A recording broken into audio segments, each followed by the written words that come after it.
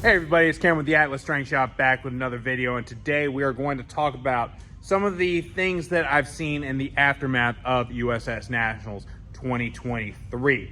There's been a lot of armchair quarterbacking on social media about what went wrong with the competition, what could have been better, and just a lot of basically shit talking in general.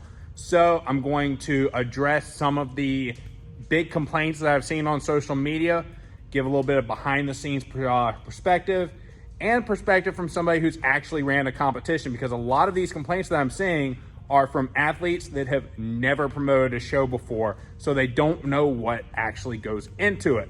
But before we get into that, please like this video, subscribe to the channel. It really does help us out a lot.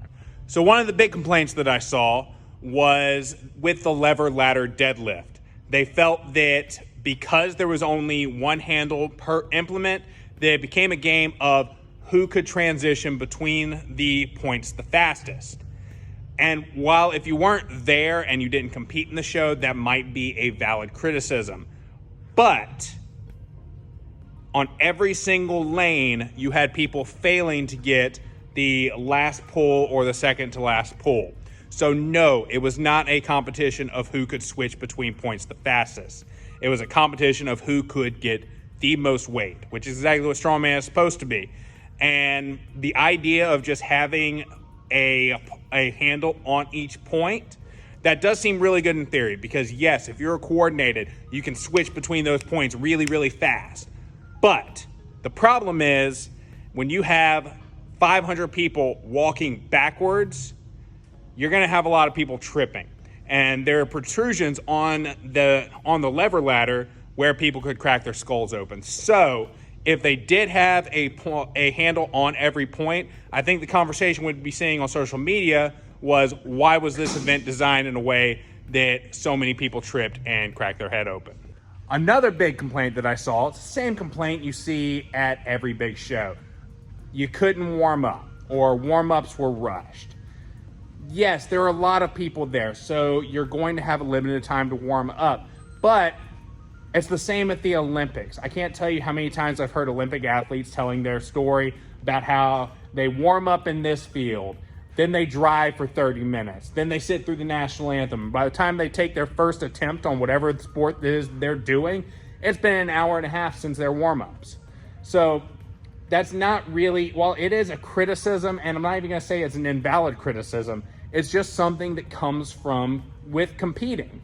Like, if a lot of people have competed in high school sports before they got into strongman, you weren't just sitting doing warm-ups the entire time that you were on the bench waiting to go. You were just on the bench waiting to go, and when you went in, you went in. That's just the nature of competition. You're trying to act like the competition should mimic your training exactly down to the warm-ups. But when we compete, it's not in a perfect environment. It's in the environment on the given day. In the gym, yeah, you can warm up great, just like you can on the practice field.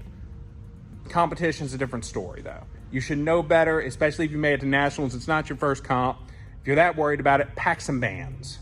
If you really think having a lot of equipment in a warm-up area is something that's realistic, then you've probably never priced to see how much any of this costs.